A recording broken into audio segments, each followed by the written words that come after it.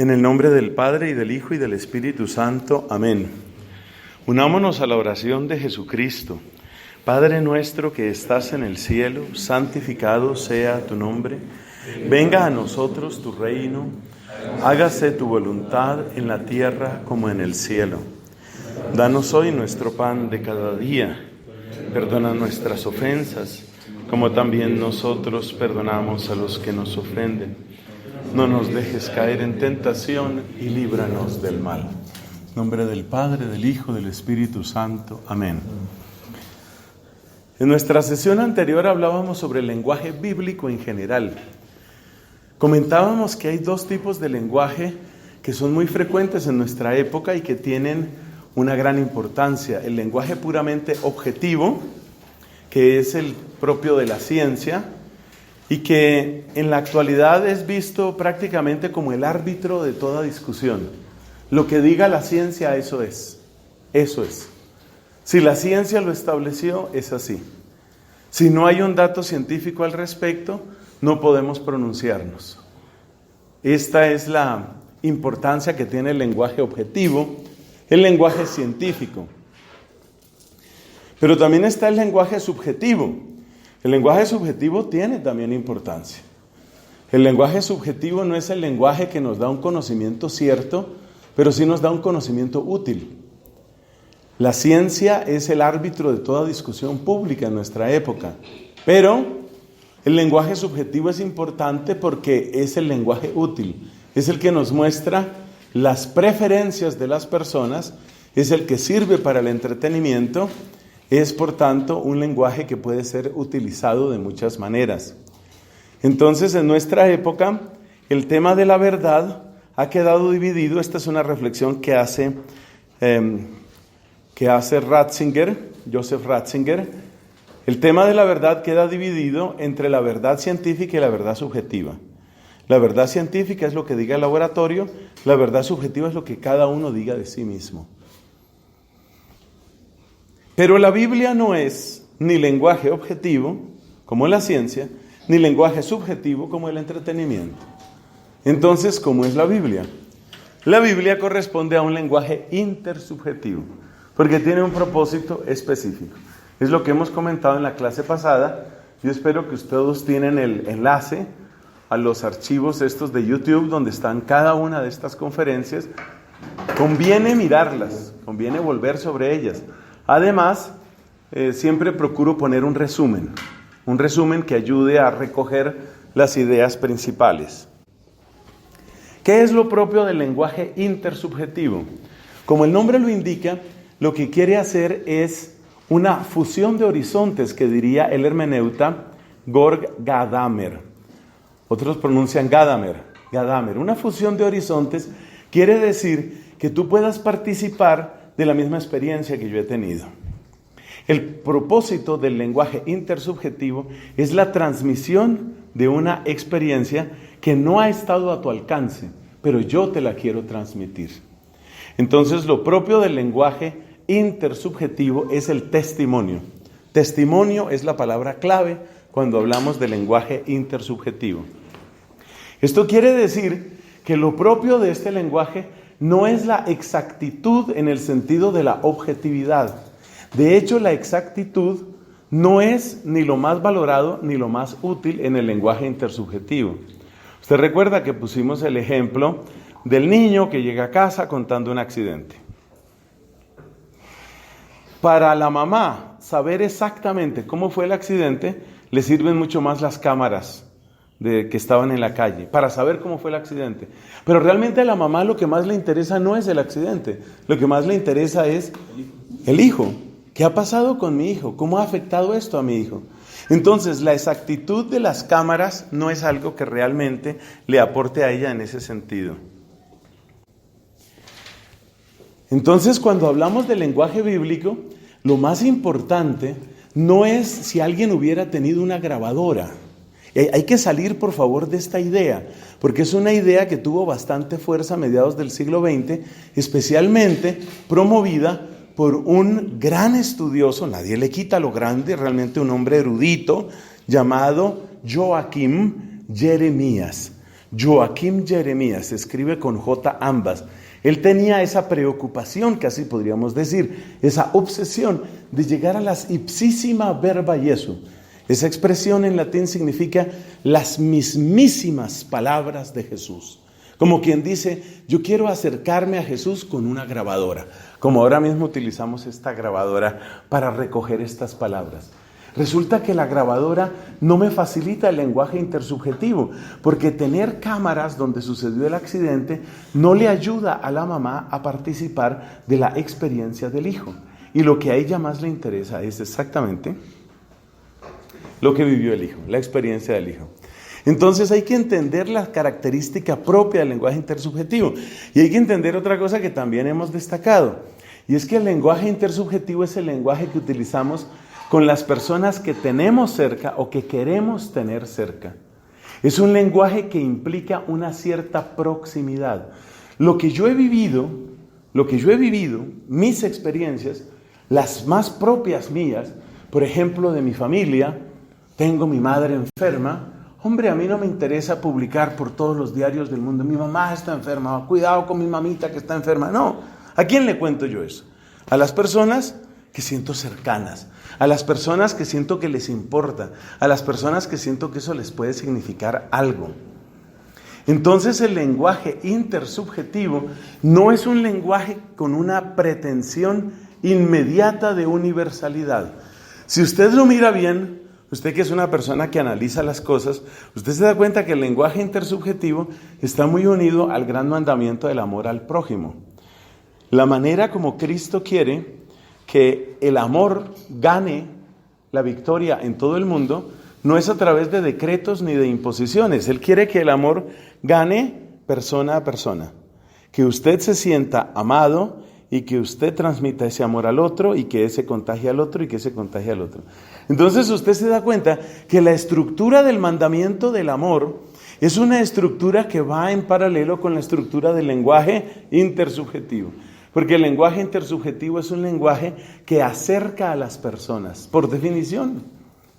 La gran expresión que utiliza este hermeneuta, que en cierto sentido es el inspirador de toda esta charla, ese es el señor Gadamer, Georg Gadamer. La gran intuición de este hombre es que cuando se produce la comprensión, se produce una fusión de horizontes.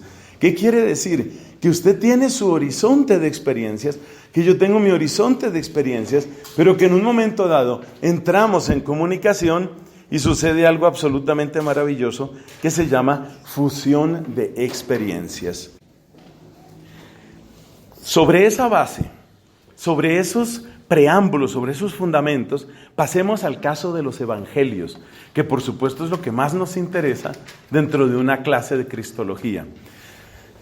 Vamos a desarrollar entonces, por pasos, la respuesta a esta pregunta que llegará en la conclusión. ¿Qué tipo de verdad contienen los evangelios? A partir de lo que hemos dicho del lenguaje intersubjetivo.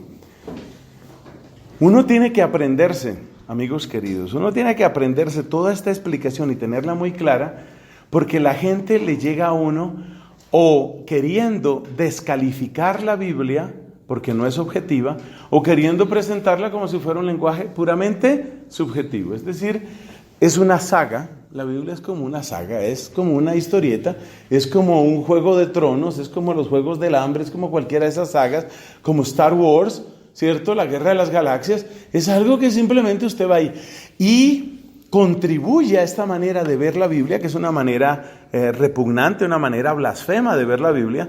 Contribuye el hecho de que hay obras de literatura que tratan a Jesucristo, la persona de Cristo, como un personaje completamente mítico. Entonces usted mira, por ejemplo, todas esas obras del Caballo de Troya, de J.J. Benítez, usted se da cuenta que este hombre trata a Jesucristo exactamente como usted trataría, qué sé yo, a Aquiles. Creo que Aquiles, el de Homero, recibe más respeto que Jesucristo en la obra de Benítez. Entonces, no hay ningún respeto. Pero claro, esto ha sucedido desde la antigüedad. Este otro señor que también le ha hecho un gran daño al mensaje cristiano, Dan Brown, es el mismo estilo. Tomo a Jesucristo, pero como un personaje del cual yo puedo contar lo que a mí se me dé la gana, porque es un personaje que está en nuestras manos. Fíjate que cuando uno habla de lenguaje intersubjetivo, uno no es dueño del mensaje. Ojo con este dato. Uno no es dueño del mensaje. Esta es la gran diferencia entre el lenguaje intersubjetivo y el lenguaje subjetivo. Porque en el lenguaje intersubjetivo yo no soy dueño del mensaje. En el momento en el que yo me considero dueño del mensaje, quiere decir que yo puedo inventar lo que yo quiera. Si el niño ese de la historia del accidente, si el niño le dice a la mamá, y en ese momento llegaron unos hombrecitos verdes que se bajaron de un platillo volador, claramente ha quedado comprometida la verdad. Es decir, ya no está transmitiendo su experiencia, ya está transmitiendo su fantasía. Ahí evidentemente no hay nada que sea propiamente intersubjetivo. Entonces la intersubjetividad implica que yo no soy dueño del mensaje. Para los que no hayan escrito esa frase, por favor escríbanla, porque esto es importantísimo para la exégesis. La gente no se considera dueña del mensaje. Dueño del mensaje se considera JJ Benítez. O yo no sé si vive todavía ese señor. JJ Benítez se considera dueño del mensaje. ¿Qué voy a poner en el 6º libro de mi saga? O en el 7º, el que sea. ¿Qué voy a poner ahí? A ver, ¿qué será? Ya hablé de pirámides, ya hablé de ovnis. A ver, ¿qué pongo? A ver, por ejemplo, unas mariposas drogadictas. Pongamos eso. Es decir, cualquier cosa, porque él se siente dueño del mensaje. Lo mismo Dan Brown, ¿no? Ya dije que Cristo estaba enamorado de la Magdalena, que él tenía algo con la Magdalena. ¿Qué tal para el otro tomo? Un Cristo bisexual. ¿Qué tal? Un Cristo bisexual. Yo creo que eso tiene salida, yo creo que eso se vende. Eso va a tener impacto, eso va a estar en todos los supermercados del mundo. Y los mismos que me han comprado los anteriores libros me van a comprar también esto. Es decir, Dan Brown se siente dueño de su mensaje. En el lenguaje intersubjetivo no. Si yo te voy a contar una experiencia que he tenido para que tú participes de ella, yo no me siento dueño del mensaje. Yo no me siento dueño de eso. Si yo llego a tu casa o a tu cuarto o a hablar contigo y me pongo a hablar de un accidente y te describo el accidente y lloro contando el accidente, pero el accidente nunca sucedió, pues estamos hablando de fantasía, estamos hablando de subjetividad. Ese no es lenguaje intersubjetivo. Entonces, una característica muy importante que es clave para el tema de la verdad en la Sagrada Escritura. La verdad es que muchos de estos temas que estamos viendo no son exactamente cristología. La verdad es que estos son temas de revelación y fe y son temas de introducción a la Biblia. Pero yo, como conozco un poco a mi gente, entonces yo prefiero repasar, no dar por descontados esos temas y prefiero hablar de ellos para que tengamos todos un mismo punto de partida. Entonces, en el lenguaje intersubjetivo, yo no soy dueño de mi mensaje.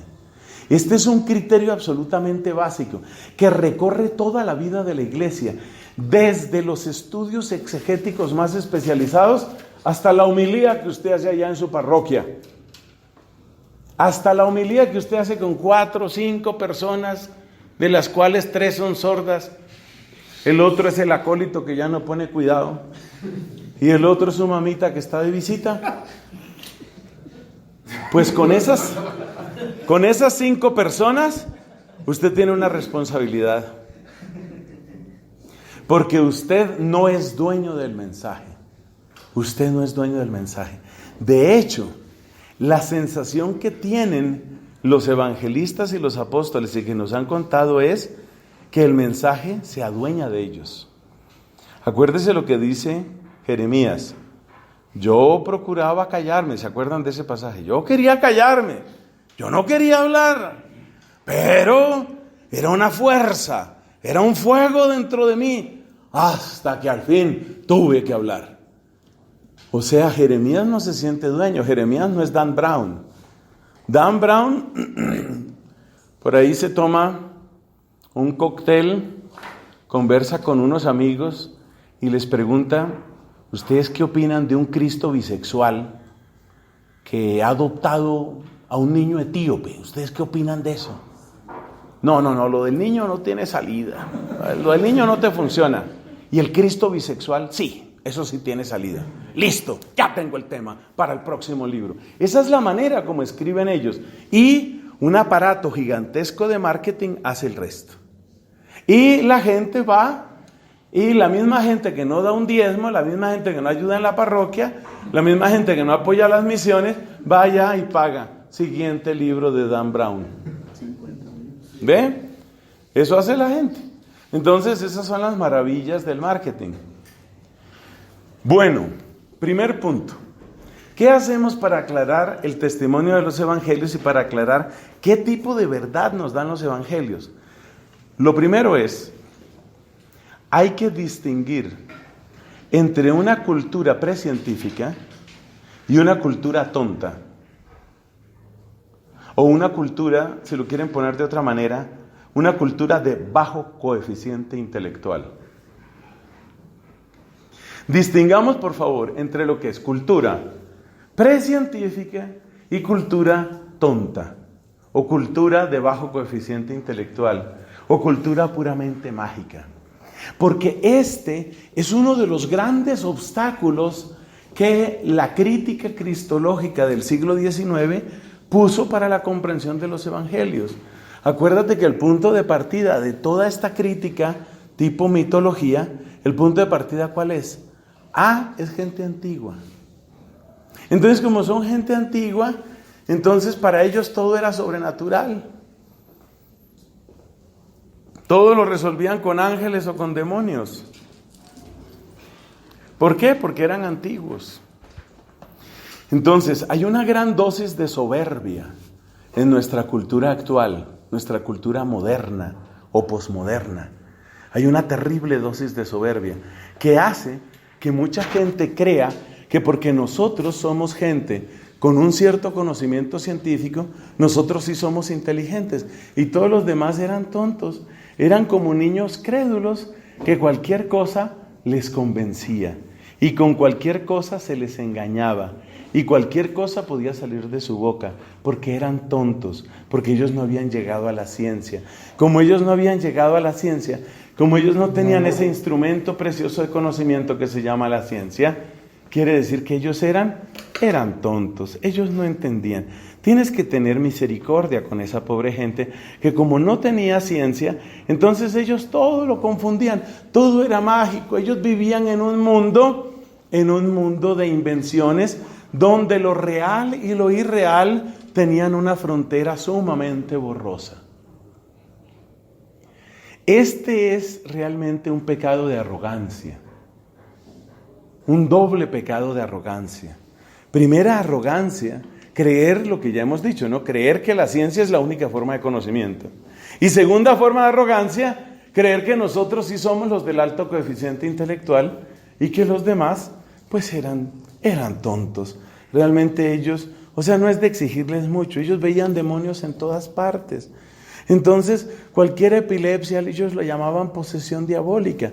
Y cuando no entendieron el embarazo de María, tiene que haber sido un ángel el que se le apareció.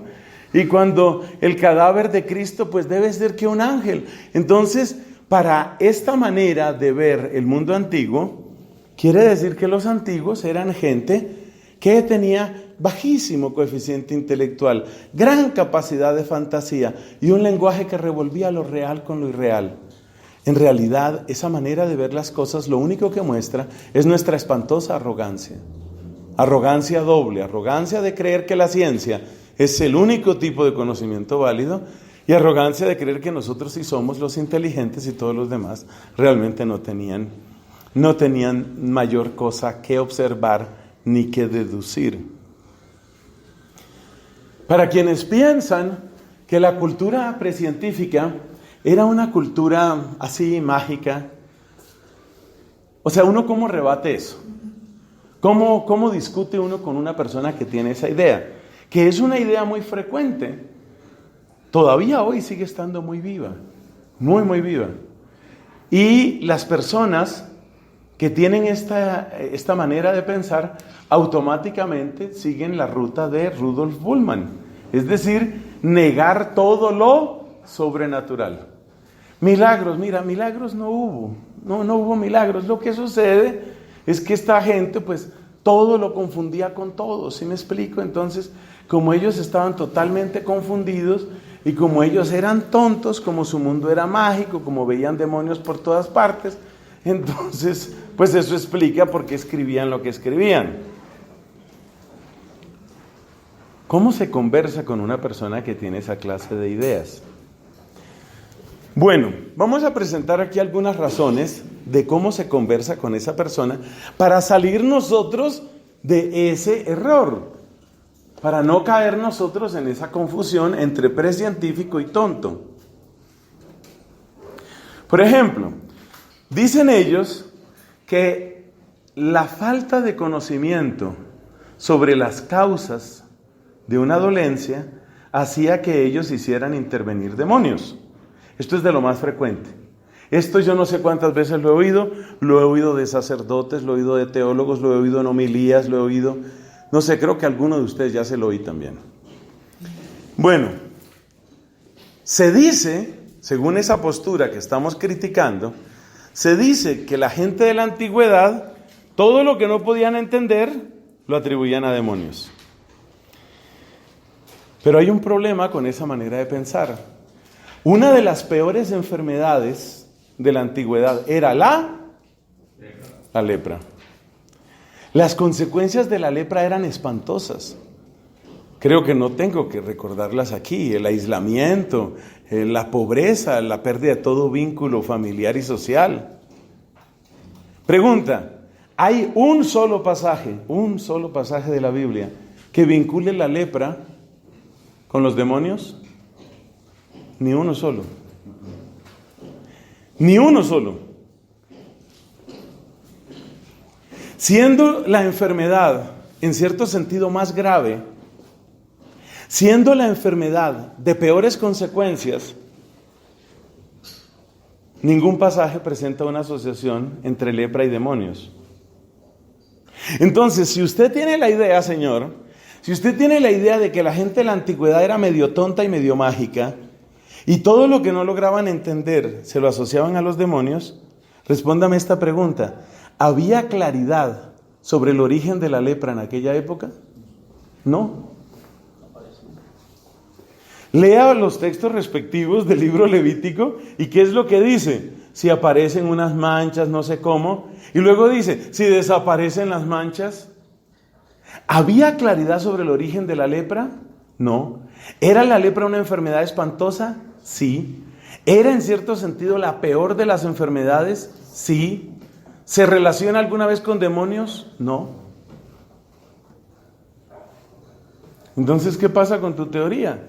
Si tu teoría es que esta gente era tan tonta que todo lo que no lograban entender lo atribuían a los demonios, ¿por qué la enfermedad que era peor no la atribuían a los demonios? ¿Por qué ellos tenían claridad de que se trataba de una enfermedad y no de una posesión? ¿Por qué en ninguna parte se trata a la lepra como una posesión? Esa pregunta queda sin respuesta si yo admito lo que dicen los que confunden pensamiento precientífico con pensamiento tonto. Eso queda sin respuesta. De hecho, hay una gran cantidad de dolencias que nunca aparecen asociadas con demonios. Nunca.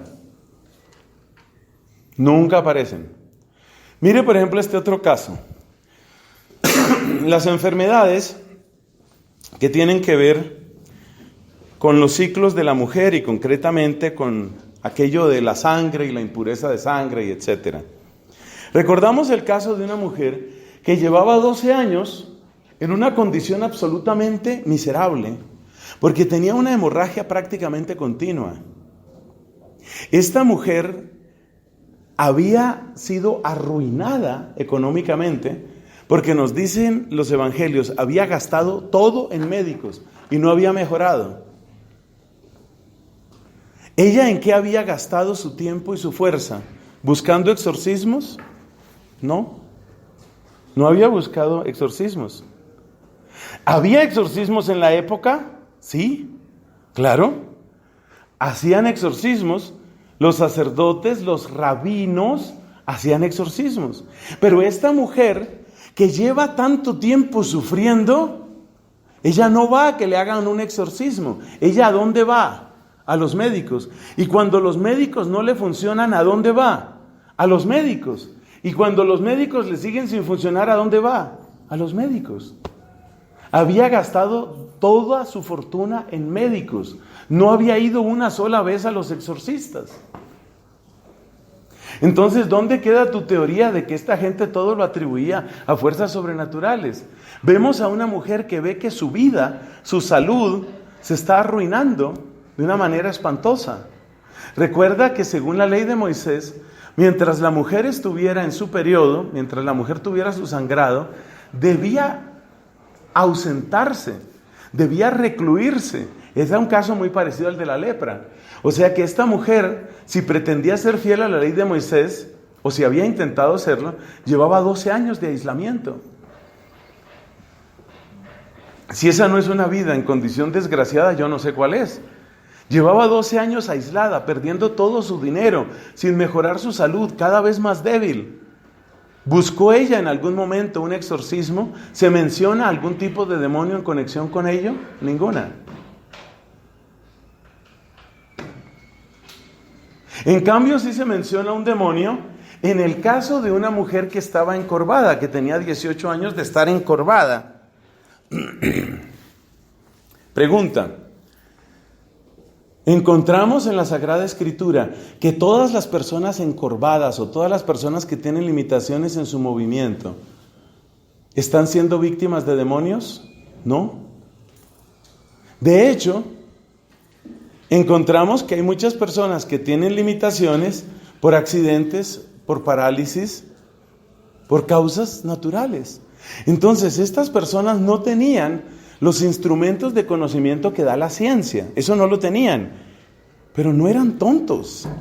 Ellos no confundían lo natural con lo sobrenatural, ni todo lo atribuían a espíritus. Esa es una acusación ridícula. Es una acusación que solo sirve para nuestra arrogancia, que solo sirve para que nosotros pensemos que somos superiores a ellos y que somos nosotros los que sí entendemos el Evangelio.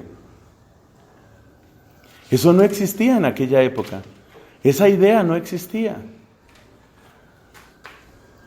Además, cuando se quiere presentar, cuando los adversarios de Cristo quieren destruir la imagen de Cristo ante la gente, o sea, cuando quieren presentarlo de la peor forma posible, dicen que Jesucristo es un endemoniado. Ahora yo hago esta pregunta: si de verdad esta gente precientífica llamaba endemoniado a cualquier cosa que fuera perversa, ¿cuáles eran las perversiones de las que podían acusar a Cristo? La razón por la que ellos acusan a Jesucristo de endemoniado es sumamente extraña. De hecho, es tan difícil de comprender que yo he conocido personas con bastante formación religiosa, laicos y sacerdotes, que no tienen una respuesta a esa pregunta. ¿Por qué Cristo fue acusado de ser un endemoniado? ¿Tenía Cristo algún tipo de cosa extraña, dañina, perversa? Lo que hacía él era sanar a la gente. Entonces, ¿por qué dicen que está endemoniado? ¿Qué clase de razonamiento hay que hacer para llegar a esa conclusión? La única manera de llegar a entenderlo es si uno penetra un poco en las expectativas que tenían los fariseos sobre el reino de Dios. Cuando uno ve que los fariseos tenían una cierta expectativa sobre el camino que lleva al reino de Dios, y cuando uno ve que Jesucristo va en contra de esas expectativas, entonces uno ve el nivel de razonamiento que ha tenido que utilizar esta gente, o sea los fariseos, el nivel de razonamiento que han tenido que utilizar para poder llegar a una conclusión. Este hombre es un engaño, pero es una conclusión sumamente elaborada. Y aún después de las pistas que acabo de dar, es posible que algunos de quienes escuchen estas palabras encuentren difícil entenderlo. He tenido ocasión de comentarlo en otras conferencias y en homilías incluso. Pero no es algo fácil de entender. Entonces, el primer paso para acercarse al testimonio de los evangelios es, por favor, venza usted su propia soberbia. Porque si usted cree que porque pertenece a una época que nosotros llamamos moderna o posmoderna, y porque usted tiene una cierta capacidad de acceso al conocimiento científico, usted es superior a estas personas, es su arrogancia lo que le está cegando. Es la soberbia suya. Estos no eran ningunos tontos. Y la manera como ellos llegaban a esas conclusiones no era tampoco tan sencilla. Hay otra cosa que hay que decir.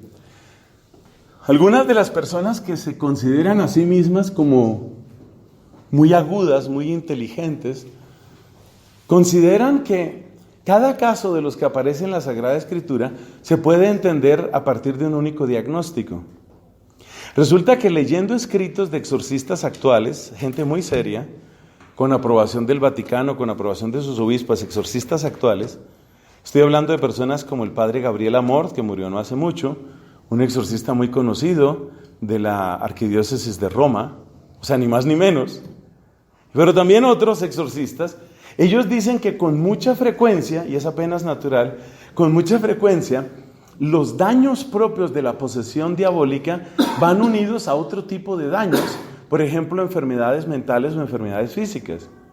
Es decir, el hecho de que una persona esté en esa condición de posesión diabólica no quiere decir que todo su comportamiento y todo lo que la persona vive esté explicado a partir del demonio. Eso lo entendemos nosotros, pero no es demasiada arrogancia creer que nosotros somos los únicos que lo entendemos y que la gente de aquella época no entendía nada. Si tú miras, hay un pasaje que es muy famoso porque sobre ese pasaje yo he escuchado homilías desastrosas. Es el pasaje de aquel niño que tenía unos ataques y la descripción que hacen es exactamente la descripción de la epilepsia. Y de una vez, predicadores que se consideran muy astutos dicen, ahí es donde se ve que la gente de la antigüedad todo lo atribuía a los demonios. Lo único que se ve ahí es que tú tienes una capacidad bastante limitada de comprender que el tema del demonio y el tema de la enfermedad mental pueden ir juntos. ¿Y cómo se demuestra que la situación de este niño no era simplemente un tema de enfermedad mental? Pues es que nosotros no negamos la enfermedad mental. No negamos que este niño pudiera tener una enfermedad mental o de hecho una condición neurológica llamada epilepsia. Yo no estoy negando que el niño pudiera tener eso. La pregunta es si el niño tenía solamente eso. Entonces, lea usted el texto griego y usted se encuentra un adverbio de calificación que dice muchas veces, el demonio lo arroja hacia el fuego o hacia el agua, queriendo destruirlo. Entonces, cuando una persona sufre un ataque epiléptico, pues la persona cae donde está. La persona no toma una ruta para caerse. La persona cae donde está. Entonces, no hay ningún problema en admitir que esta persona tiene efectivamente un problema de epilepsia, pero hay un síntoma que nos hace pensar, ¿por qué resulta que cuando le va a dar el ataque busca el fuego, como tirándose hacia el fuego? En la investigación médica y en las estadísticas que ustedes conozcan o puedan averiguar, ¿cuántos niños epilépticos conoce usted que cuando les va a dar el ataque buscan el fuego para tirarse? Es eso lo que le llama la atención al papá. No se trata simplemente de que tenga un problema de espuma por la boca, llamarían ellos. No se trata simplemente de epilepsia. Hay algo más aquí, hay algo extraño aquí. ¿Por qué lo quiere destruir? O sea, hay un ejercicio de razonamiento. ¿Y cómo aborda Cristo el caso? Eso es muy hermoso. Cristo aborda el caso haciendo preguntas.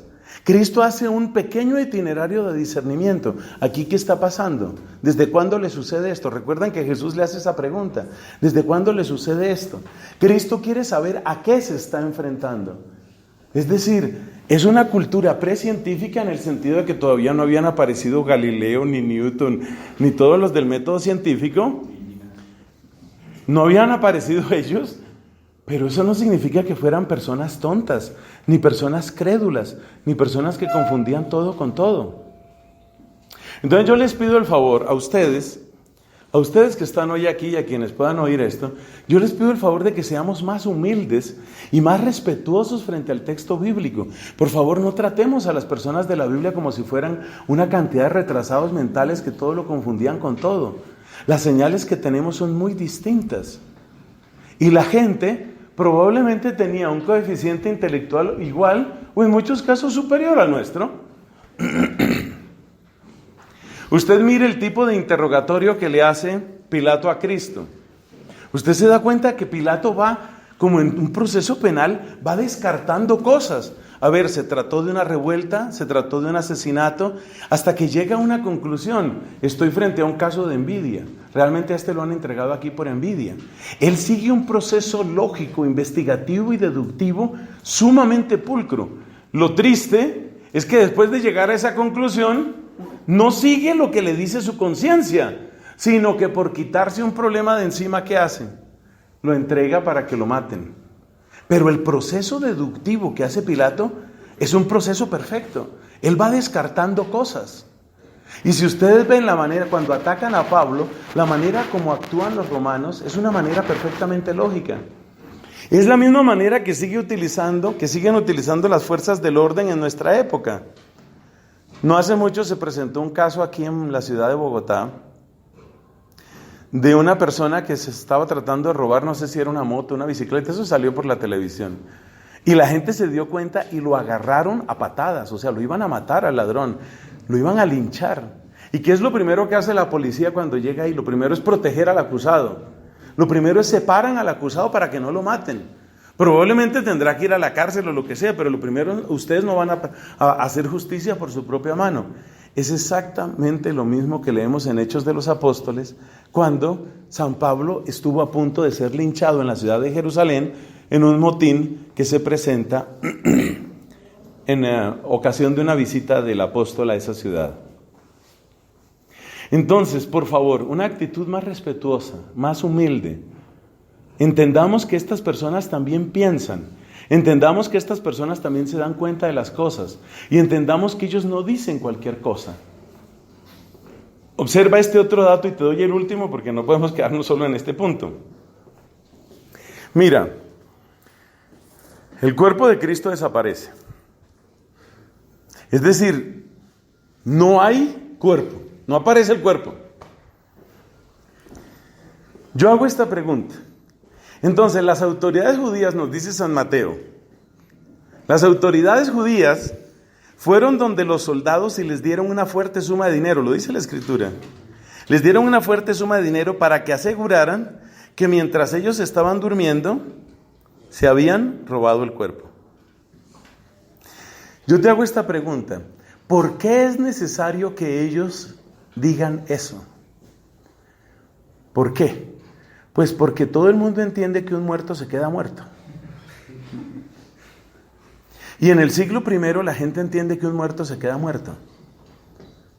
Si de verdad esta gente viviera en un mundo mágico donde los muertos aparecen y desaparecen, donde la gente llega y se va, ¿sabe un lugar donde esto sí pasa? En algunos sectores donde esto sí pasa, en Haití, con todo este tema del vudú y de los zombies. Yo sí he conocido personas que tienen la idea de que tal vez el muerto no se queda muerto. Eso sí existe.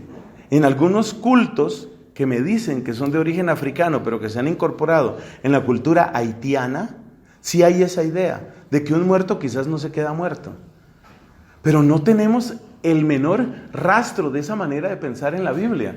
Entonces, llegaron a decir que esta gente tenía un pensamiento mágico y que ellos confundían resucitado con no resucitado, se apareció con no se apareció. No, ellos no eran tontos. Ellos sabían lo que era una aparición. Ellos sabían lo que era que un cadáver no aparece.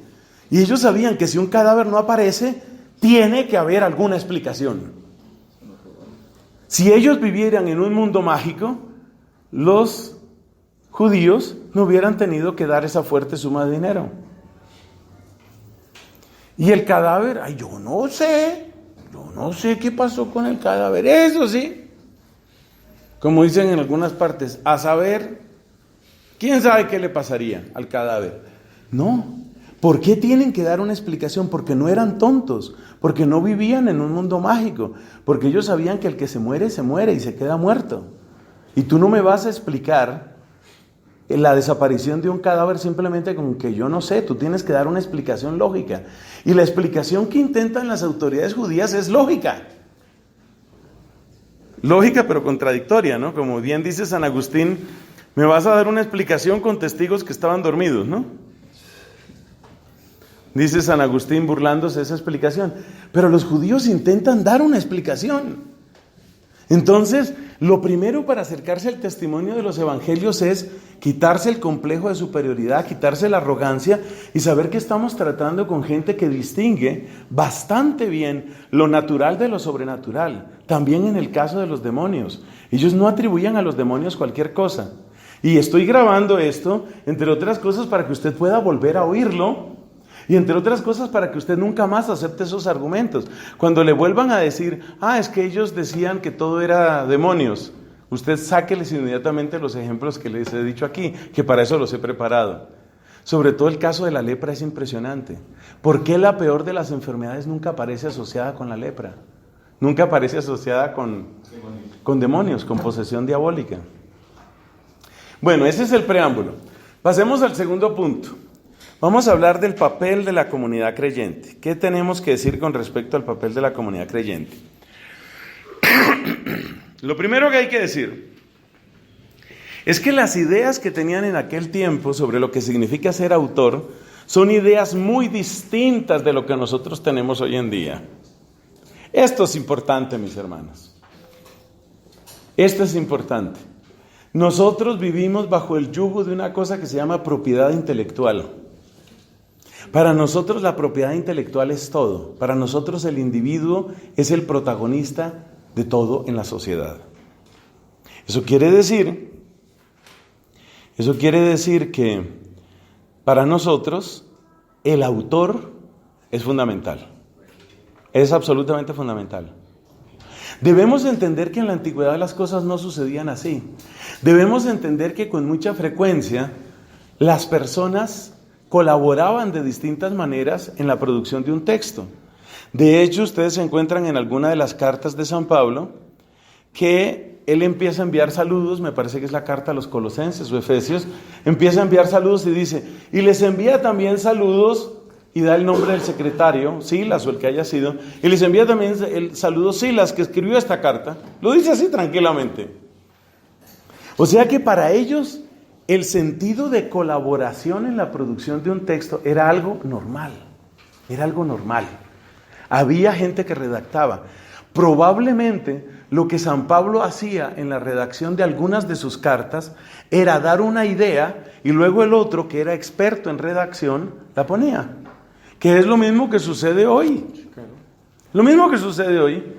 Cuando usted está, por ejemplo, en un consejo, nosotros que vivimos en capítulos y consejos y cosas de esas, los religiosos, usted está en un consejo, todo consejo, ¿qué tiene? Un secretario. Y la redacción final, que se espera que sea fiel, no siempre lo es, pero la redacción final se supone que es la redacción del secretario. O sea, se hablaron cosas y la conclusión la presenta el secretario. Entonces en ese sentido no es tan diversa la situación nuestra en las comunidades religiosas con lo que se vivía en el siglo I. Otra cosa que hay que tener en cuenta es que existía la atribución honoraria. ¿Qué quiere decir eso? Quiere decir que si yo me considero discípulo suyo, porque usted es un gran maestro, por ejemplo, usted tiene cara así como de sensei, una cosa así. Si usted es un gran maestro y yo me considero... Mírele la cara, ¿sí? Entonces, como este es un gran maestro que ha marcado mi vida, ha marcado profundamente mi vida, entonces, luego yo voy a escribir algo y yo lo pongo como si él fuera el autor. Eso se llama una atribución honoraria. Entonces, en vez de decir, esto lo escribió... En mi caso el nombre es Nelson. ¿Usted, maestro, cómo se llama? José. Entonces yo no voy a decir reflexiones de Nelson. No, en realidad yo he recibido tanto de mi sensei, he recibido tanto de mi maestro José, que yo digo, en realidad estos son escritos de ¿quién? Esto no es Nelson, esto es José. Entonces, nuevos escritos de José, máximas de José. Y resulta que José ya hace rato se murió, ya le hicieron el novenario. ¿Sí? Pero yo sigo atribuyéndole cosas a él. Eso pasa en la Biblia. Uno de los ejemplos más notables es el caso del libro de la sabiduría. El libro de la sabiduría, miren por favor los capítulos 8 y 9, y se presenta como si fuera ¿de quién? De Salomón. Y resulta que Salomón, según todas las indicaciones, tenía cerca de 800 o 900 años de muerto, porque muy posiblemente el libro de la sabiduría fue escrito en los 50 años anteriores al nacimiento de Cristo, y Salomón vivió hacia el año 950 antes de Cristo. O sea, son 900 años de diferencia. Pero el autor del libro de la sabiduría, de tal modo, está fascinado con la grandeza de la sabiduría de Salomón, que él no quiere presentar la obra como si fuera suya. Entonces hay que tener en cuenta estos datos cuando nosotros nos acercamos a los escritos de la Biblia. Y esas personas no sentían que estuvieran diciendo mentiras, más bien sentían que estaban diciendo otra clase de verdad. Otra clase de verdad, una verdad, si se quiere, más profunda. ¿Yo cómo me voy a atribuir palabras que en realidad ha sido mi maestro el que me ha enseñado? De él he recibido la sabiduría. Entonces, ¿yo cómo voy a decir reflexiones de Nelson? No, por favor, fue él el que me enseñó. Reflexiones y máximas de José, en este caso, aquí presente. Entonces, esa es la manera como ellos obraban. Estos datos hay que tenerlos en cuenta. Pero hago yo esta pregunta, por favor, esta pregunta es muy importante. ¿Significa que esa manera de obrar falsifica el mensaje? Todo lo contrario. Si yo fuera a escribir algo con mi propia firma, Nelson, yo no le pondría tanto cuidado a si voy a hablar de mi gran maestro, el que me enseñó casi todo lo que sé. Ahí lo tienen, José.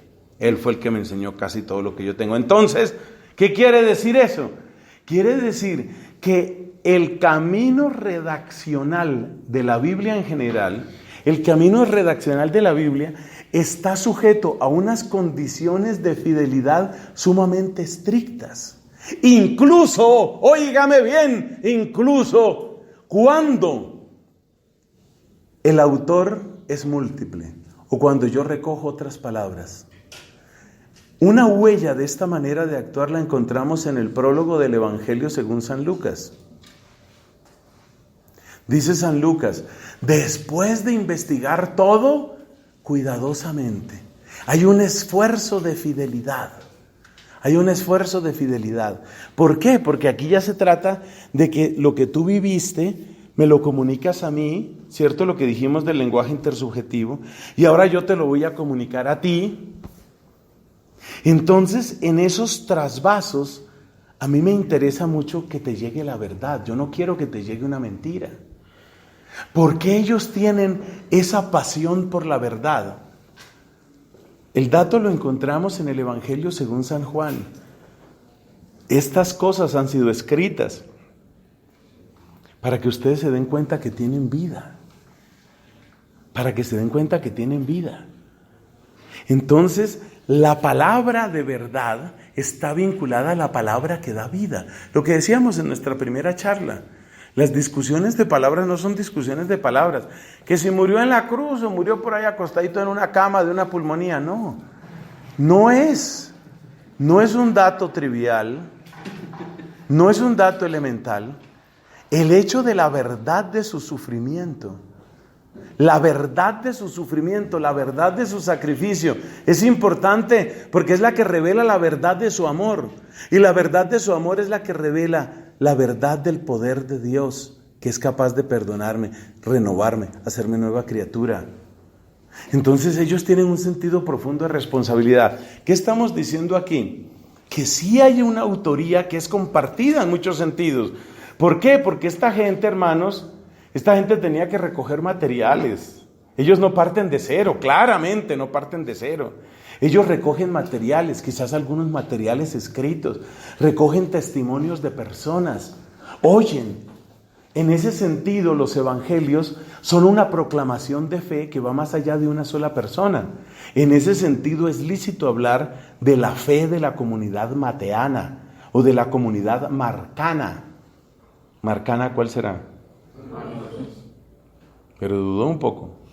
Entonces, la comunidad lucana, ¿cierto? Entonces, es verdad que hay una especie de autoría comunitaria, es verdad. Pero la autoría comunitaria no significa falseamiento, porque hay un criterio básico de verdad, que es a lo que vamos a llegar al final. Hay un criterio básico de verdad y esta es una palabra de salvación.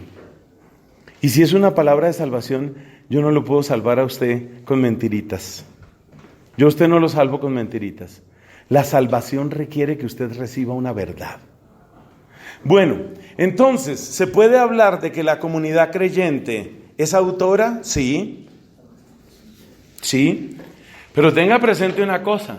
Precisamente en la medida en que la comunidad es autora, el autor, el redactor final, el nombre que tú le quieras poner, el Marcos, el Lucas, el Juan, el que escribe al final, tiene una gran cantidad de controladores, verificadores, auditores, revisores. Le voy a dar un ejemplo sencillo. Hace unos años se presentó un fenómeno muy extraño en la ciudad de Sydney, en Australia. El fenómeno fue que una tormenta de viento absolutamente descomunal levantó centenares de millones de toneladas de polvo rojizo por la gran presencia de hierro, y esa nube absolutamente colosal recorrió cientos, si no miles de kilómetros hasta llegar a la ciudad de Sydney, de manera que hay fotos y hay videos de cuando Sydney estaba completamente roja. Es una cosa así como del otro mundo. Tú imagínate que estamos aquí y que de repente todo empieza a ponerse rojo, rojo, rojo, y miras hacia el cielo y todo se ve rojo, y miras hacia allá y todo se ve rojo. Bueno, se presentó ese fenómeno. Supongamos que ese fenómeno se presenta aquí, y todos ustedes son testigos de ese fenómeno, y yo también. Pero luego resulta que esta dama aquí presente, ella quiere escribir sobre ese fenómeno, pero ella es parte de nuestra comunidad, y ella va a hablar de lo que sucedió. Y entonces ella empieza a decir, ese día al amanecer todo estaba rojo. Pues como nosotros estábamos aquí y nos dimos cuenta que a esta hora no está rojo, no, eso no fue al amanecer. Lo que te quiero decir es que cuando una persona escribe a nombre de una comunidad y como miembro de una comunidad, tiene muchísimo mayor control sobre lo que escribe. Porque claro, tiene que haber un acuerdo demasiado sustancial para que la comunidad soporte ese texto, para que la comunidad utilice ese texto. Y sobre todo nos damos cuenta que esos textos pronto fueron utilizados para la predicación, pronto fueron utilizados para la liturgia, pronto fueron utilizados para el debate, para la apologética.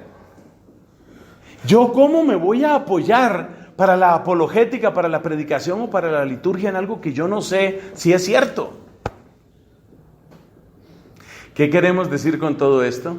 Queremos decir que la comunidad ciertamente intervino en la redacción de los textos, pero esto mismo demuestra que esos textos pasaron por unos cernidores de fidelidad sumamente grandes. Y esto va explicando también cómo se fue conformando el canon, la lista definitiva de los libros de la Escritura. No todo pasó. Una vez leí que había más de 160 obras antiguas que llevan el título de Evangelio de Tomás, Evangelio de Judas, Evangelio de Santiago. Una cantidad. Muchos de ellos son obras cortas, de las cuales casi no se conserva nada. En otros casos, aún peor, apenas se sabe que existieron. Pero el hecho es que esas obras estuvieron y esas obras nunca llegaron a ser parte del canon. Es que las obras que eran parte del canon eran obras que se leían en las celebraciones, en la fracción del pan, en la Eucaristía. Entonces, ¿yo cómo voy a celebrar la Eucaristía? ¿Yo cómo voy a proclamar la verdad de Cristo con un texto que dice mentiras sobre Cristo, que dice cosas que yo no sé si tienen que ver con Cristo? Entonces, pregunta, ¿puede decirse que la redacción de los evangelios fue un proceso comunitario? Sí, con ciertas distinciones. ¿Cuáles son esas distinciones? La más importante, que precisamente porque fue un proceso comunitario, fue un proceso vigilado, fue un proceso supervisado, fue un proceso que debemos considerar en su esencia completamente verdadero. Porque fueron textos utilizados para la liturgia, para la predicación, para la apologética. Segundo, debe tenerse en cuenta que sí tuvo que haber personas que fueron los redactores finales. No parece haber un inconveniente mayor en sostener los nombres tradicionales. Si ya desde el siglo II se habla de Mateo, Marcos, Lucas y Juan, no parece haber una razón suficientemente fuerte para cambiar esos nombres. No parece haber ninguna razón fuerte. La historia de la elaboración del texto es conocida como el problema sinóptico. De eso no vamos a hablar aquí. Eso se ve cuando usted estudia una cosa que se llama evangelios sinópticos. Ese tema no lo vamos a estudiar aquí. Es un tema apasionante. Entonces viene la teoría de la fuente Q y el evangelio de Marcos. La mayor parte de la gente cree que a partir de un texto hipotético, nadie lo ha encontrado, no se sabe si existió, llamado Q.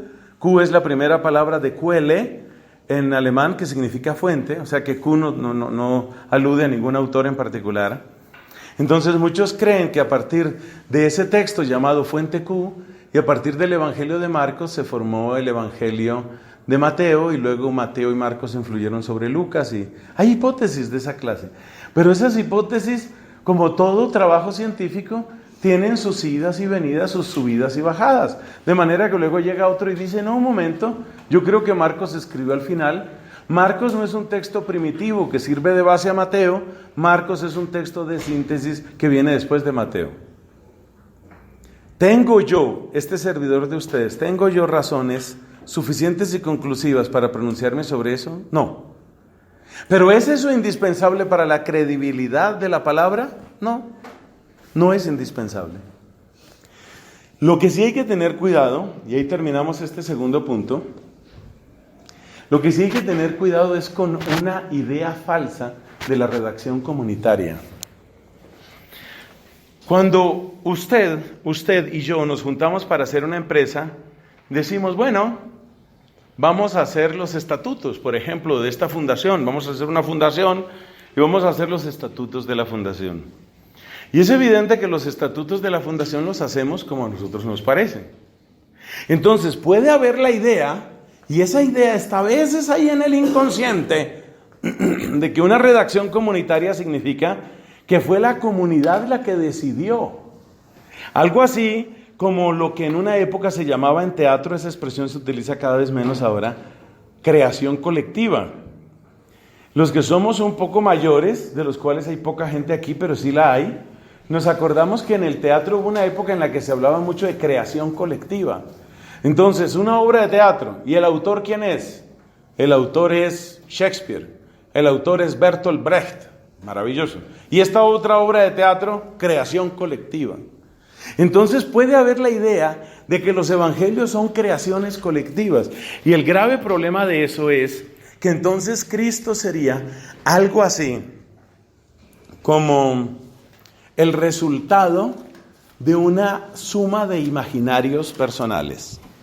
A mí me encanta el Cristo sabio, a ti te gusta el Cristo milagrero, entonces hagamos un Cristo milagrero y sabio. Y así vamos sumando entre todos y así queda una figura de Cristo grandiosa, impresionante. ¿Cuál es la principal respuesta a esa manera de pensar de la creación colectiva?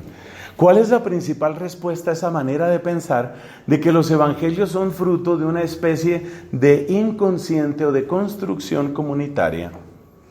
La principal respuesta la encontramos en el tema del martirio. ¿Cuántas personas se hacen matar por una invención? Si, por ejemplo, nosotros tomamos a la señora Rowling, o el apellido que tenga, es parecido a la de Harry Potter. Si tomamos a esta señora y le decimos, vamos a torturarla hasta la muerte, a menos que usted reconozca que Harry Potter nunca existió. Ustedes se imaginan a esta señora permitiendo que le quiebren los huesos uno por uno, permitiendo todo tipo de barbaridades y vejámenes, pero Harry Potter sí existió, y se muere. ¿Quién se haría matar por una fantasía? ¿Realmente una fantasía es argumento suficiente? Además, ¿por qué una fantasía que, al contrario de todas las expectativas de la época, contradice los anhelos de la gente? ¿Qué era lo que esperaban los judíos un Mesías victorioso. ¿Qué es lo que predican los cristianos? Un Cristo crucificado. ¿Qué era lo que esperaban los griegos? Un sabio entre los sabios, una especie de gigantesco Aristóteles o Sócrates o lo que fuera. ¿Y qué es lo que presentan los cristianos? Un hombre que muere mudo y torturado sobre una cruz, amando a sus enemigos. Por algo dice San Pablo en 1 Corintios que la cruz de Cristo es escándalo para los judíos y necedad para los griegos. Entonces, hay dos problemas muy graves con mirar a Cristo como una creación colectiva. Primero, que es una creación colectiva condenada completamente al fracaso porque va exactamente en oposición a lo que la gente podía esperar. Absolutamente en oposición. Tristemente, yo tengo que decir que a menos que suceda algo maravilloso en la vida de Dan Brown, a mí no me extrañaría que alguna de sus obras nos resulte con lo que yo he dicho aquí. Nos resulte con el Cristo bisexual o cualquier cosa de esas. Y él seguramente lo haría porque eso tiene salida hoy. Porque eso tiene salida hoy.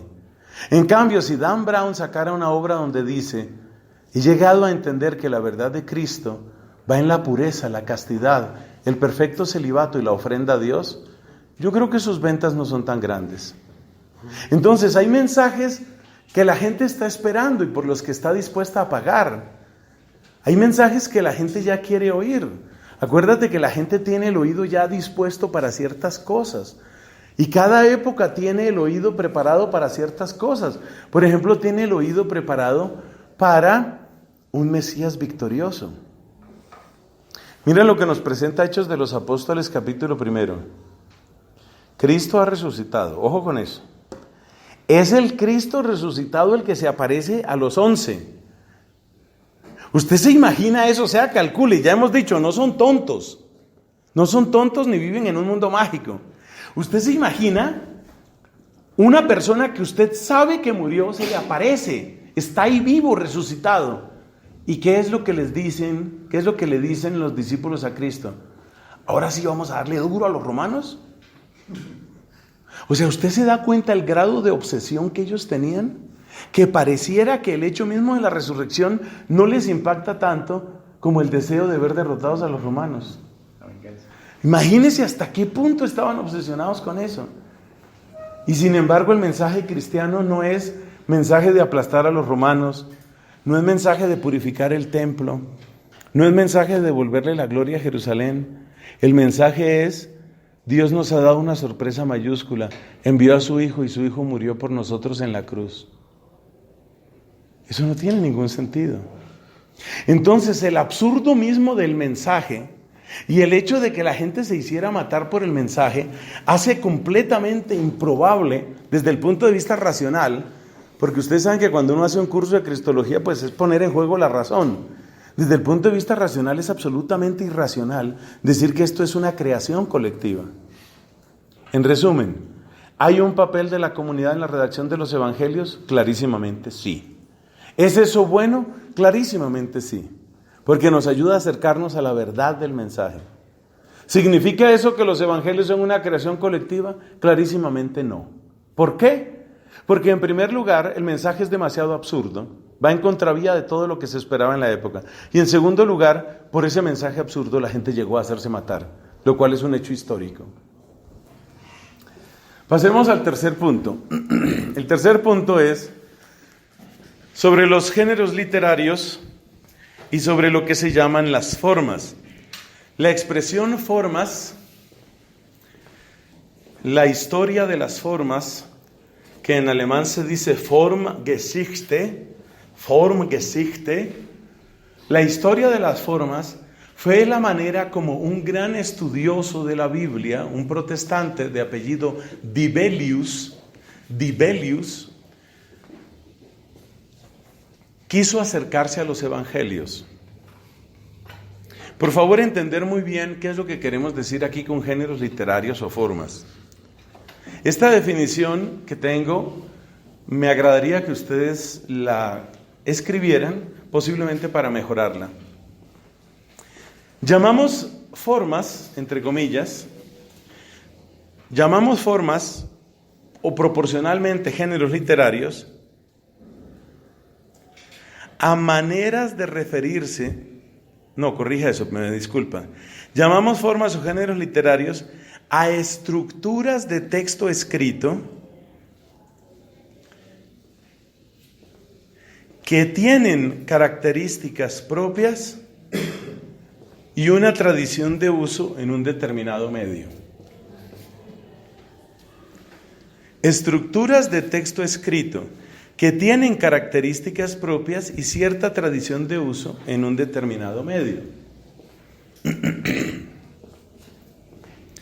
Le voy a dar algunos ejemplos informales de lo que son las tales formas.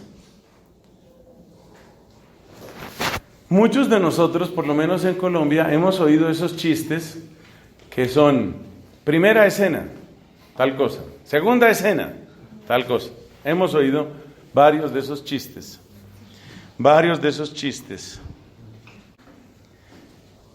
Así que en Colombia está ese tipo de chistes. Primera escena, tal cosa; segunda escena, tal cosa. Normalmente ese chiste tiene 3 o 4 escenas. Nunca el chiste consiste en una sola escena. Si yo te digo, mira, te voy a contar un chiste. Primera escena, sale un hipopótamo. Ríete, ya salió el hipopótamo.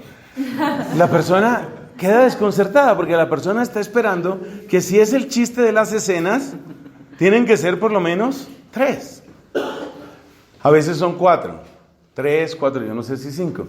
Eso es lo que se llama una forma. Es un paquete de información que ya todos sabemos cómo se distribuye. Cómo se distribuye. Muchas veces las novelas, los cuentos, tienen una estructura que todos la conocemos, que se suele llamar introducción, nudo y desenlace. Eso quiere decir que al principio va a aparecer una introducción que me sitúa, que me da un contexto. Luego va a haber un nudo, va a venir una serie de complicaciones, deseos, batallas, anhelos, problemas. Y luego va a haber un desenlace. O sea, yo ya sé que ese tipo de estructura viene así. Si yo te digo, mira, te voy a contar una historia, de manera muy corta. Resulta que había un hombre que se llamaba Roberto. Y este hombre vivía con su mamá, que se llamaba Susana. Roberto y Susana vivían juntos en una cabaña en medio del bosque. De repente apareció un día, sin que nadie lo supiera, apareció un oso. Pero no cualquier oso, un oso gigantesco, capaz de botar al suelo la puerta más grande de la casa. Y ahí termina la historia. Entonces tú quedas, bueno, a ver, estuvo la introducción, estuvo el nudo ¿cuál es? La aparición del oso. Pero ¿qué pasó? O sea, el oso entró, el oso salió, o hicimos el oso. Entonces, uno tiene que saber ¿qué sucedió? O sea, tú ya estás esperando algo. Entonces, el descubrimiento de Dibelius fue que existen formas de lenguaje que ya están como empaquetadas, como definidas, y que esas formas de lenguaje que son propias de distintas culturas ya tienen sus propias características. Y cuando yo te estoy hablando, por ejemplo, primera escena, aparece un hipopótamo. Segunda escena, el hipopótamo se hunde en el agua. Tercera escena, imaginémonos que yo te empiezo a echar esa historia. Y tú dices, primera escena, aparece un hipopótamo. Un momento. ¿De dónde salió el hipopótamo? ¿Había permiso del gobierno para que ese hipopótamo estuviera ahí? Hombre, yo no te estoy dando una noticia, te estoy diciendo un chiste. O sea, tú tienes que entender que estoy en el género literario, chiste, porque si no, me interrumpes. Y si no, no entiendes. El hipopótamo se sumerge en el agua. ¿Se trata de una pileta? ¿Se trata de un río? ¿Me puedes hacer un diagrama? Mira, dejemos así. Olvídate, le echo el chiste a otra persona. Entonces, los géneros literarios o las formas que hacen facilitan la comunicación porque son estructuras escritas en las que ya conocemos una determinada forma. Todas las culturas tienen eso. Todas las culturas. Entonces, si yo te voy a echar un chiste, tú pones ciertas expectativas y pones o quitas ciertas restricciones. Por ejemplo, allá mi querido amigo Jonathan, Jonathan, imagínate que iba un hombre caminando por la playa y se encontró una lámpara mágica. La frotó y salió un genio. Fíjate que Jonathan no me interrumpe, pero apenas yo le digo que hubo una lámpara mágica, ya él entiende, bueno, esto será un chiste, esto será una historia, esto será así, y él no me pone problema por eso. Pero imaginémonos que Jonathan fuera una persona amargada. Y entonces yo empiezo a hablar con Jonathan. Jonathan, había un hombre que iba caminando por la playa y se encontró una lámpara mágica. Perdón, dice Jonathan. No hay lámparas mágicas. No, pero suponte que si hubiera. No, es que no hay. Hombre, es una historia. No, me interesan las historias reales. No hay lámparas mágicas.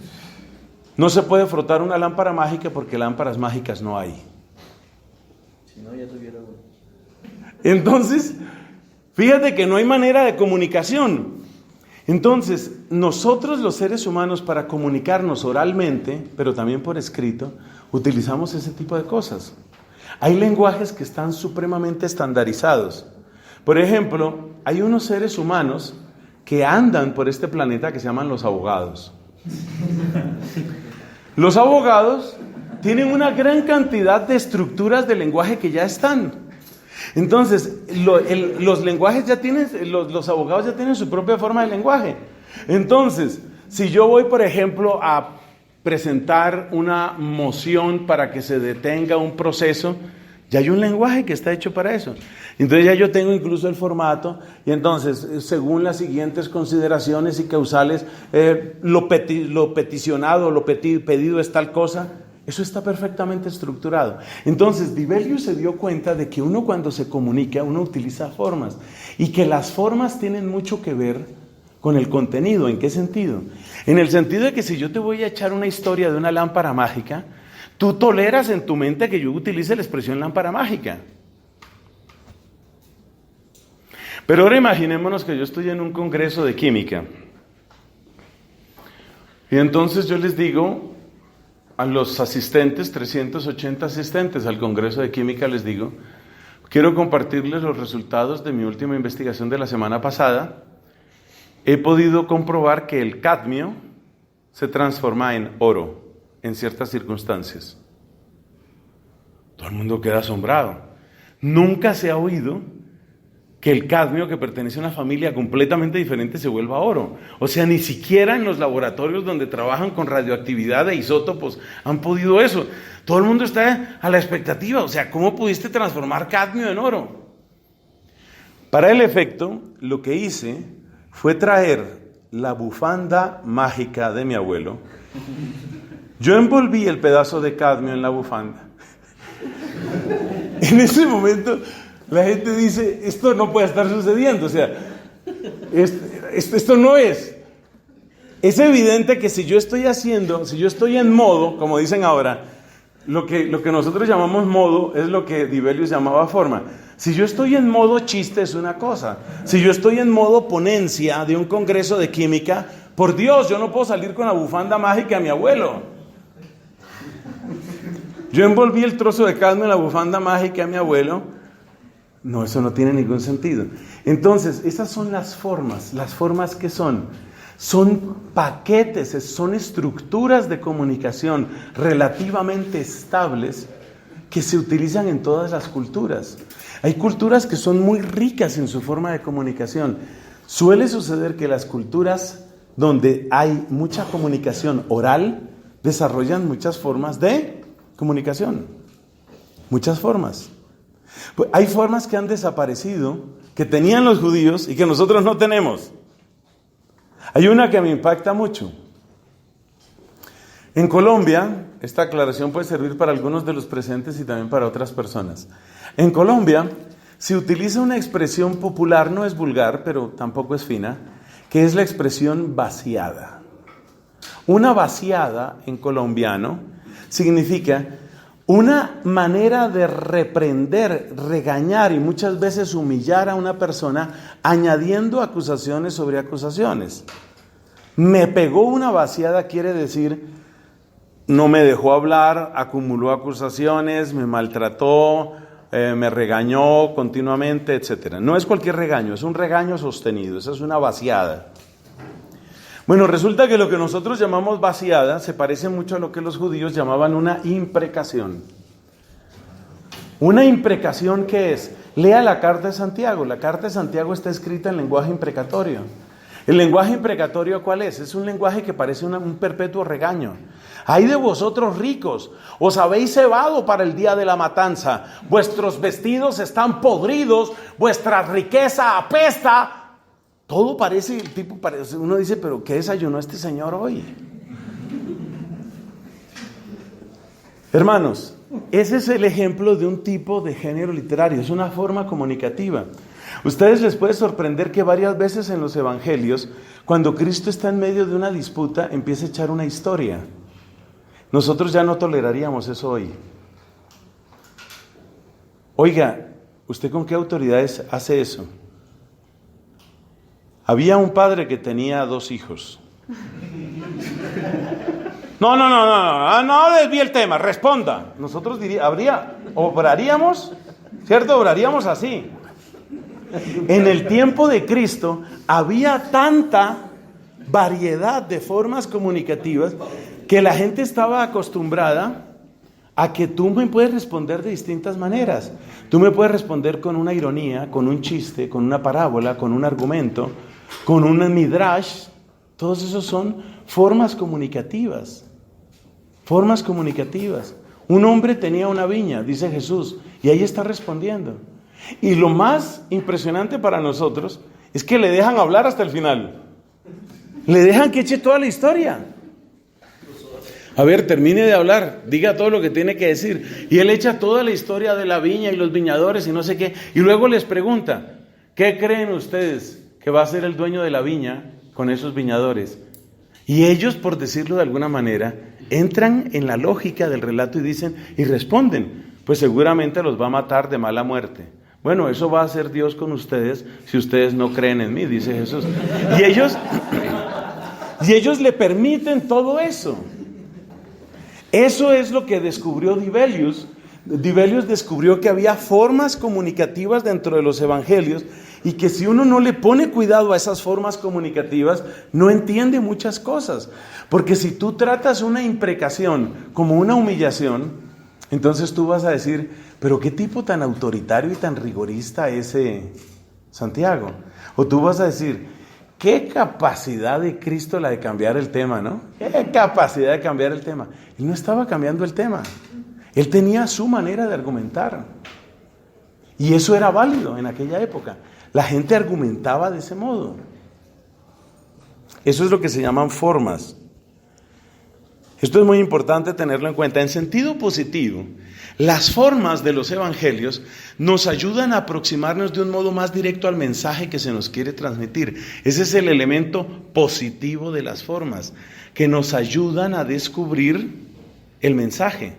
Si yo veo que lo que tú me estás diciendo es un chiste, entonces yo no me voy a poner bravo cuando tú menciones una lámpara. ¿Cómo fue que dijimos? Una lámpara mágica. No me voy a poner bravo porque digo, es parte de la manera como se habla el chiste. Entonces, si yo no distingo lo que es una parábola de lo que es una alegoría, mucha gente se confunde con esto también en nuestra época. Mucha gente cree que las parábolas de Cristo son relatos edificantes. El relato edificante es una cosa, la parábola es otra cosa. Son, en el lenguaje de Dibelius, son formas diferentes. Una parábola es una cosa, un relato edificante es otra cosa. ¿Un relato edificante qué es? Un relato edificante es lo que hacían los medievales, por ejemplo, con nuestro padre Santo Domingo. Usted se da cuenta cómo escribían todas las biografías los medievales. Todo era maravilla sobre maravilla, virtud sobre virtud. Esos eran los relatos, no es así, ¿cierto? Eso es lo que lee uno de San Alberto, eso es lo que lee uno de San Francisco, eso es lo que lee uno. De la gran mayoría de los santos medievales siempre se destacan los milagros, las virtudes, las visiones, las apariciones. Seguramente había muchas cosas de esas, pero lo que quiero destacar es que ese es el estilo relato edificante. Hay una obra antiquísima llamada La Leyenda Áurea. La Leyenda Áurea fue escrita,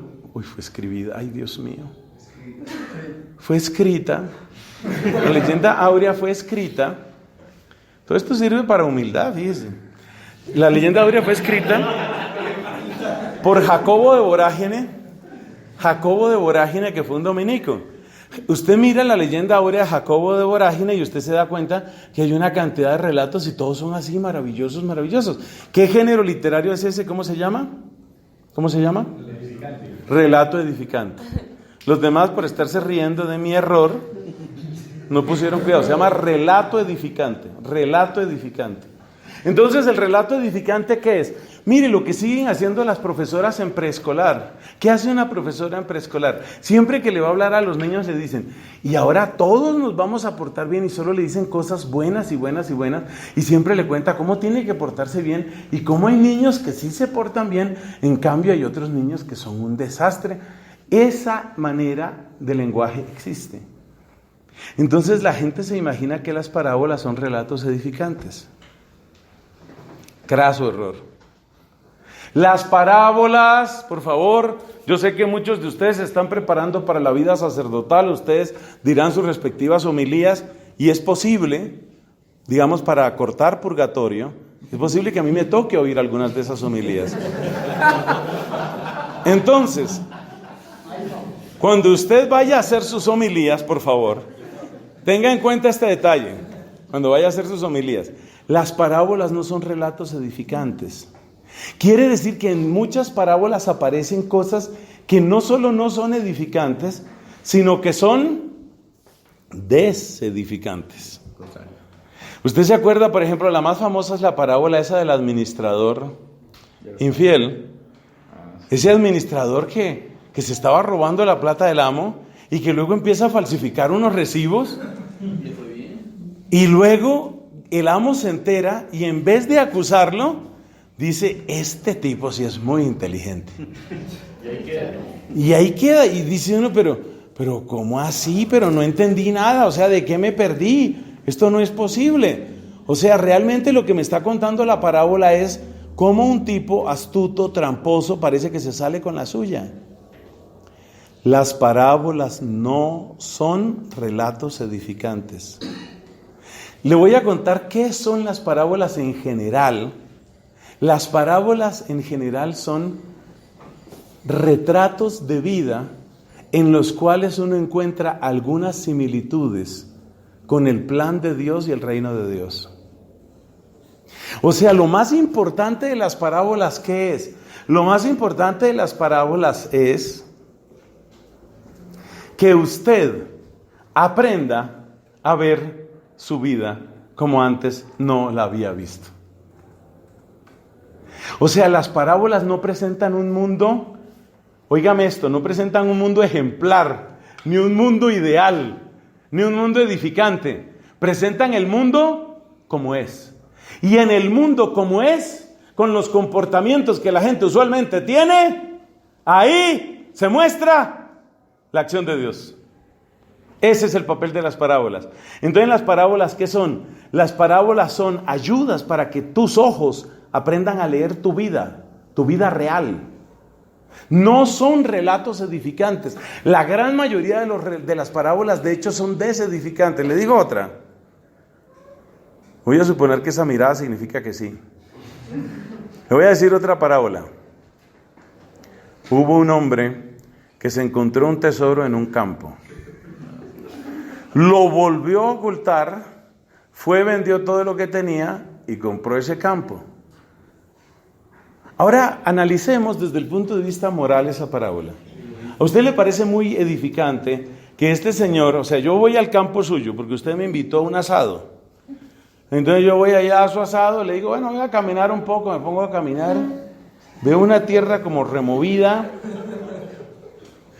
muevo un poquito, un cofre repleto de oro, pero es el campo suyo y usted no sabe de eso. Entonces yo voy allá y tapo todo y yo no le digo que está ese tesoro ahí, porque si le digo, imagínense en cuánto me va a vender. Entonces yo me quedo callado y le digo a él, ¿sabes qué? Yo te voy a comprar el campo este. Lo veo mal, lo veo como estéril, lo veo como... Pero, digamos, para que no pierdas plata, te voy a dar 25 millones. Por supuesto, el tesoro que hay ahí vale 8.000, 9.000 millones de pesos. Y yo le voy a dar 25 millones de pesos a él. Eso no es honrado. O sea, llamemos las cosas por su nombre, por favor. O como dice un tío mío, seamos honestos ya que las circunstancias lo permiten. Hermanos, eso no es honrado. No es honrado que yo lo haya engañado así. No es honrado que yo compre sobre esa base. Entonces, ¿por qué Cristo nos presenta ese relato? ¿Cuál es el papel de ese relato? Ahí es donde entra la genialidad de los que han estudiado estos temas, muchos de los cuales son protestantes como el señor Dibelius. Entonces la genialidad es que el papel de la parábola no es ser un relato edificante, no es para que usted vaya y haga lo mismo. Entonces, si no es ese, ¿para qué sirve la parábola?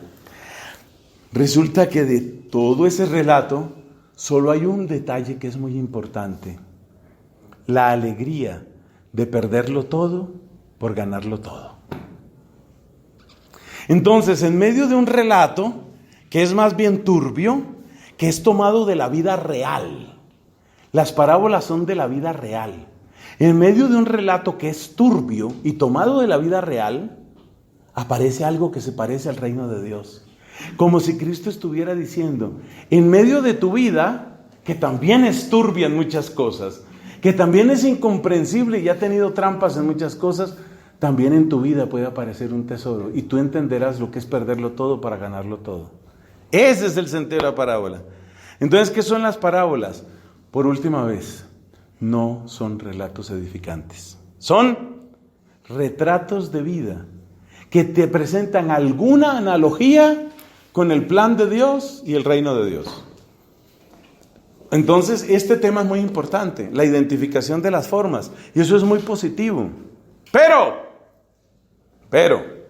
hay que tener cuidado, porque también esto se puede utilizar mal. ¿Qué significa utilizarlo mal?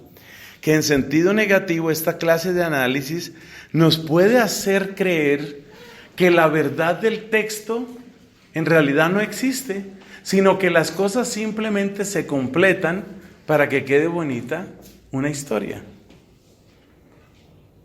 Ese es un peligro. Ese es un peligro muy grande. Acercarnos a las formas literarias, lo que Dibelius, después de Dibelius es llamado la Formgeschichte, la historia de las formas, es muy importante y realmente ilumina mucho. Yo les digo porque a mí como sacerdote, como predicador, me ha servido pero demasiado. Y uno tiene que estudiar mucho estos temas, pero hay que tener cuidado, porque llega un momento en el que la gente incrédula trasvasa su incredulidad al análisis exegético.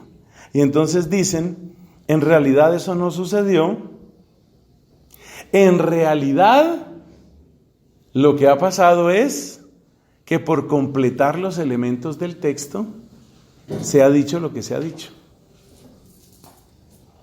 Por ejemplo, en una clase de cristología que yo tuve hace años, después de que el profesor nos dio esa clase, se murió, por cierto. O sea, no inmediatamente después, murió a los 10 años. Pero el hecho es que se murió. Y muerto se quedó. Bueno, en una clase de cristología que yo tuve hace como 10, no, ¿cuál 10 años? Eso fue hace mucho tiempo. Bueno, nos decía el respectivo profesor lo siguiente: en el Antiguo Testamento hay un hombre llamado José, así como mi sensei, un hombre llamado José. José, el del Antiguo Testamento, era uno de los hijos de Jacob. Jacob. José, el hijo de Jacob, es un hombre perseguido, es un hombre sabio, es un hombre justo, es un hombre que pone su esperanza en Dios y es un hombre que tiene sueños. Acuérdese que Dios le hablaba mucho a él a través de sueños, ¿no? Entonces, este profesor mío, que ya murió y muerto se quedó, nos decía que la figura de San José en el Nuevo Testamento había sido tomada del José del Antiguo Testamento. Un hombre justo, sabio, humilde, apegado a Dios, al que Dios le habla por sueños. Es muy peligroso. Ese tipo de asociación es muy peligrosa. Porque, ¿qué es lo que está diciendo esa asociación? Que en el fondo, lo que nos dicen de José, no es cierto. Que en el fondo eso no es cierto, sino que simplemente el relato de José, esta es la palabra clave para sus apuntes, porque no está en mis apuntes. La palabra clave para sus apuntes es el peligro de la historia de las formas. Ustedes miren cómo se escribe en alemán, porque se cita muchas veces en alemán con F mayúscula, Formgeschichte. Usted luego lo busca cómo se escribe historia de las formas en alemán. El peligro de la Formgeschichte es ¿cuál? Que usted empiece a creer que el relato, oiga el verbo clave, ha sido acomodado. Ese es el peligro de la historia de las formas. Que usted empiece a pensar que el relato ha sido acomodado para responder a una estructura literaria. Como quien dice, tengo una estructura que se llama justo, sabio, perseguido, apegado a Dios, que tiene sueños. Y tengo una persona que es justa, sabia y perseguida y apegada a Dios. Para que me quede completo, también debe tener sueños. Entonces así aparece que los sueños de José en realidad no son sueños de José, sino simplemente es un recurso literario. Y viene el famoso tema de los recursos literarios. Tengan por favor su guardia bien en alto cuando les hablen de recursos literarios, porque con mucha frecuencia un racionalismo incrédulo se vierte sobre las páginas de la escritura a través de la expresión recurso literario. ¿Y recurso literario qué quiere decir?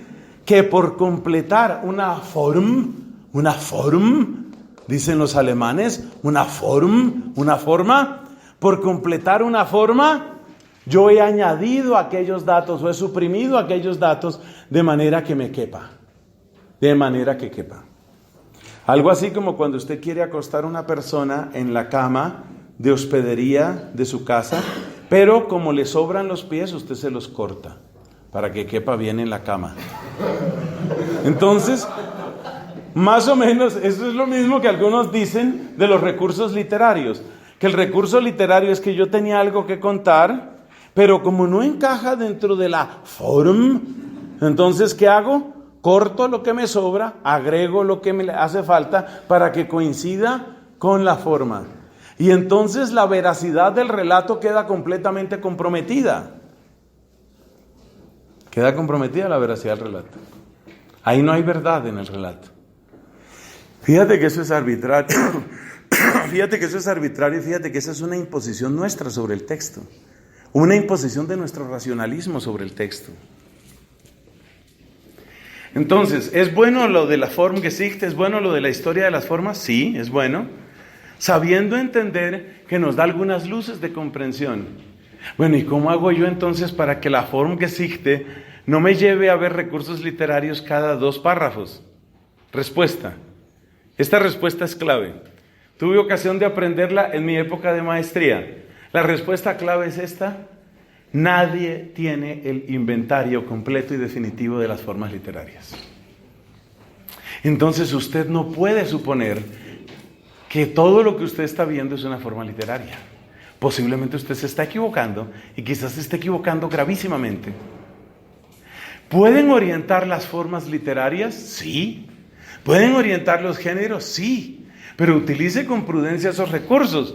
¿Por qué? Por la frase que usted no ha querido escribir y que debería haberla escrito. ¿Y la frase cuál es? Nadie tiene el inventario completo y definitivo de las formas literarias. Ese dato es importantísimo, porque eso significa que si yo pretendo meter la historia de José, el esposo de María, en la misma horma de la historia de José, el hijo de Jacob, y es que acuérdese que el papá de José, ¿cómo se llamaba según San Mateo? Jacob. O sea, todavía más, ¿no? Todavía más paralelo. Si yo pretendo meter completamente una historia en la otra, puedo estar falseando el texto. Nuestro cuarto punto es muy breve, el tiempo se nos ha acabado. Con respecto a la exactitud de los datos en los evangelios, hay que tener en cuenta que los datos dentro de cada versión, dentro de cada testimonio, corresponden a una finalidad superior. Por favor, aunque esté cansado, escriba esa frase. Los datos tienen una función instrumental dentro de un propósito mayor que es la transmisión de una experiencia de fe. Los datos tienen una función instrumental dentro de un propósito mayor, que es la transmisión de una experiencia de fe. Amigos, hemos utilizado en esta clase varias veces el ejemplo de la mamá y el niño y el accidente. Agreguémosle otro datico a esa historia. Imagínese usted que no iba un solo niño de ella, sino que iban 2 hijos de ella.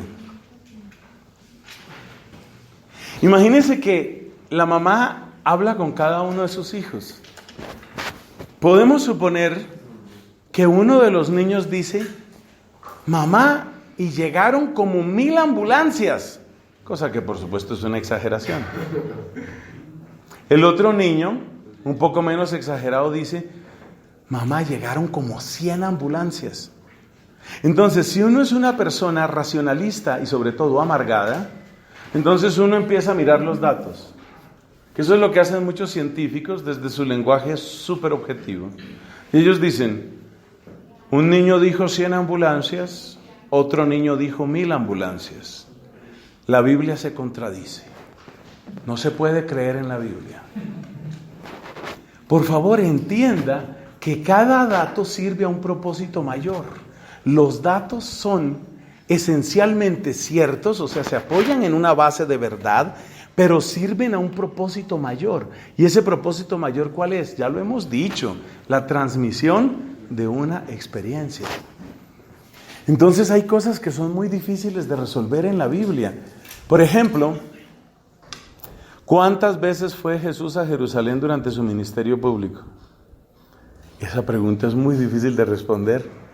Algunos dicen que 3 veces, otros dicen que más de 3, otros dicen que una sola vez.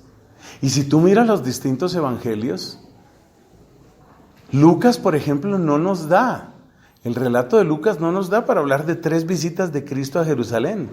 Más bien, la partida hacia Jerusalén, como aparece en el capítulo 9 de San Lucas, hacia el versículo 40 y tanto, la partida de Jesús hacia Jerusalén aparece como un punto definitivo. Es decir, Cristo sale hacia Jerusalén como una única peregrinación en su ministerio público, desde luego. Entonces, ¿con qué nos quedamos? ¿Al fin qué? ¿Fue una vez? ¿Fue 2 veces? ¿Fue 3 veces? La cena de Cristo con sus apóstoles, ¿fue antes de la Pascua judía? ¿Fue en la Pascua judía o fue después de la Pascua judía? Hay razones para argumentar cualquiera de las 3 cosas. Una persona marcada por el cientificismo raso y por un superobjetivismo craso dirá: a la Biblia no se le puede creer. No se puede creer. No hay claridad. No hay claridad. El uno dice una cosa, el otro dice otra cosa. No se puede creer. ¿Quién va a creer en eso? Uno dice que 100 ambulancias, otro dice que 1000 ambulancias. No se les puede creer. Señor, usted está poniendo el acento donde no es. El dato en general reposa sobre un fondo de verdad, pero tiene un papel instrumental. Papel instrumental quiere decir que está al servicio de. Esto es muy importante. Y ahí terminamos. ¿Qué tipo de verdad nos dan los evangelios? Yo decía en la clase pasada, en un momento de diálogo, decía: los evangelios no nos van a dar cuál era la talla de las sandalias de Cristo.